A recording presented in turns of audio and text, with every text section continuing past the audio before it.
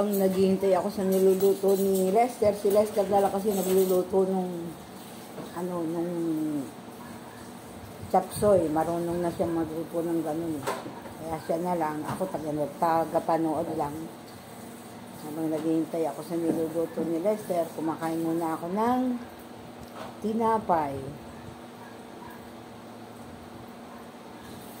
Kasi gutom na ako.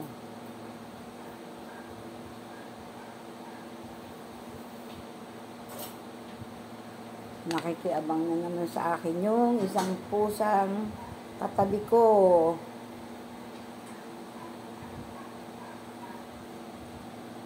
Gusto mo pala, Lester? Gusto mo pa, Mimay?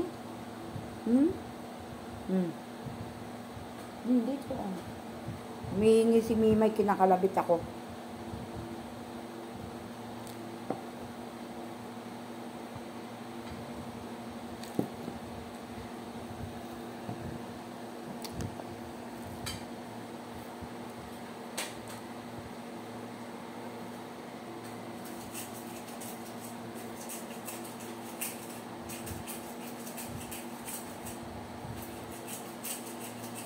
Dalang-dalang ko nang makapag-upload ng video.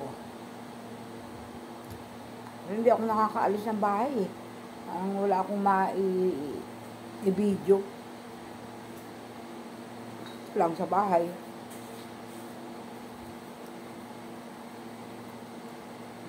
Sabi ni Big Papa, mag-video raw ako mag-video. Wala nga akong ma-video.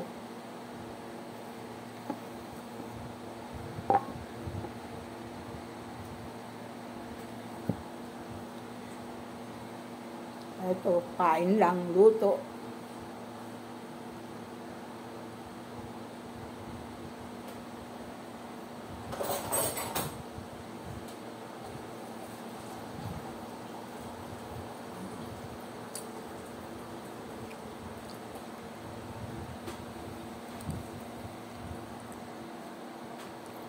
Dito sa lugar namin, napakatahimik.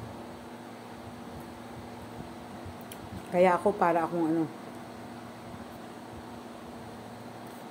nasa kumbento. Palagi lang ako sa bahay. Wala akong masyadong nakikitang tao. Hindi ako lumalabas eh.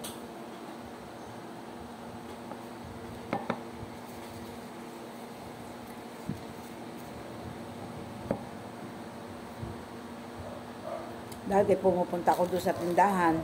Ngayon hindi ako makapunta kasi ang sakit, rayuma ko.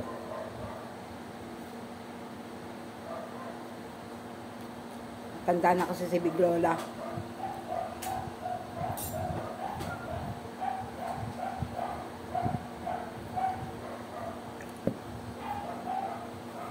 Lester kasi nung nakaraan matagal wala eh. Mahigit sa buwan. Wala akong taga-video, wala akong taga-edit.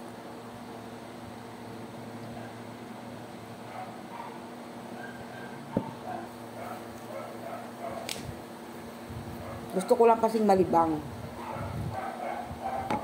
Wala kasi nung nawala yung asawa ko, ang buhay ko masyadong naging, ewan ko, wala akong ganang, kahit nasabihin mong may rayuma ako, kakayanin ko pa naman maglalayas.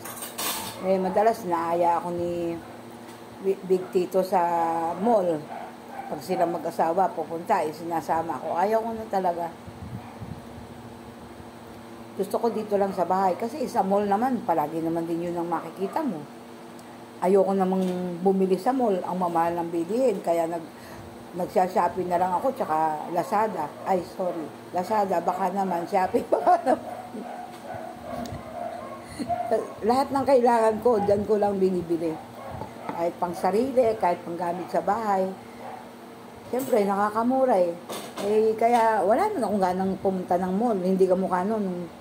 Andito pa yung anak kong babae, kahit wala kami bibili sa mall, kahit wala kami pambili. Sige lang, punta kami sa mall, libangan namin, window shopping. Ganon.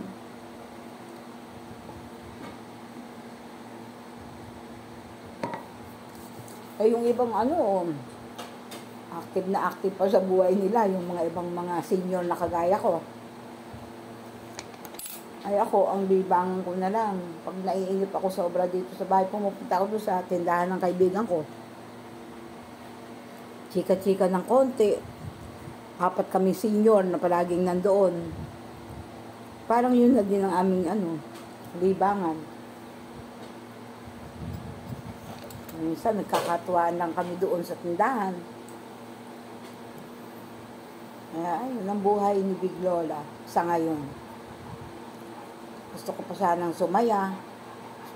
Wala naman kasi akong wala akong makabarkada na kasing kagaya ko. Matanda na Kung okay may kabarkada, siguro kikay pa rin ako. Kasi masayahin ako Nung nagtatrabaho pa ako, yung mga kasama ko sa trabaho, mga kabarkada ko, sabi nga ng mga Ate Lolit, nakakatuwa ka naman. Kasi, pwede ka sa bata, pwede ka sa matanda na kabarkada. Sabi ko, ano naman ang pagkakaiba ng matanda at ng bata? Siguro, kasi kung sa iba, hindi ako babarkadahan kasi matanda na ako. Masaya naman kami. Yung mga ibang kasama ko, parang mga anak ko na. Kasing edad na nung anak kong panganay. Parang yung iba naman, parang mga kapatid ko, yung medyo kaunti lang ang edad ko sa kanila. Masaya ako nung nagtatrabaho ako. 20 years ako mahigit nagtrabaho doon. Sa garments factory yun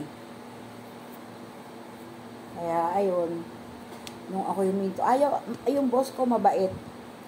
Sabi niya, dapat daw, kahit mga retired na kami, huwag kaming huminto, payag siyang magtrabaho pa rin ako. Kasi daw, wala naman akong alaga ang apo dito sa bahay. Mabilis daw akong tatanda. Kumbaga, walang pagkakaabalahan, walang malilibang. Ikaso, nung nag-asawa na si Big Tito, hindi na ako pwedeng umangkas sa motor dahil lang nihahatid niya na sa si Karen, parehong nagtatrabaho sila noon. Kaya, hindi na ako pwede kasi hindi ako pwede mag-commute Kaya yun, huminto na ako at saka na ako noon 63 na nang huminto ako sa trabaho. Ayaw kong pahintuin ng mabait kasi yung boss namin. Yung ibang makasama ko andun, kahit may edad na. Ako, napilitang huminto kasi malayo kami doon sa pabrika na pinapasukan namin. Kaya nag-stay na lang ako dito sa bahay. Doon marami akong kabarkada. Masaya.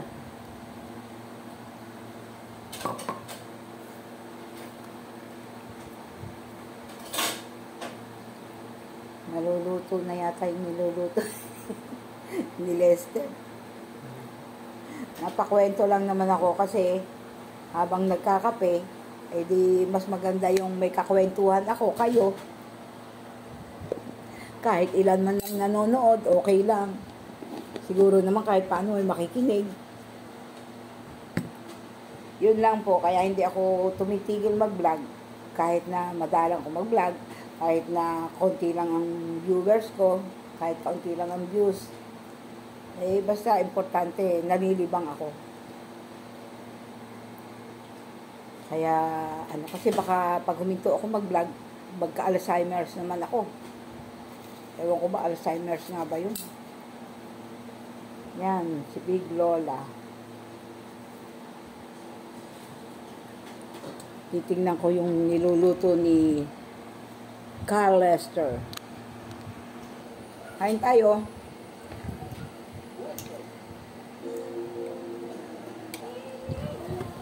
Sarap. Sarap ang luto ni Lester.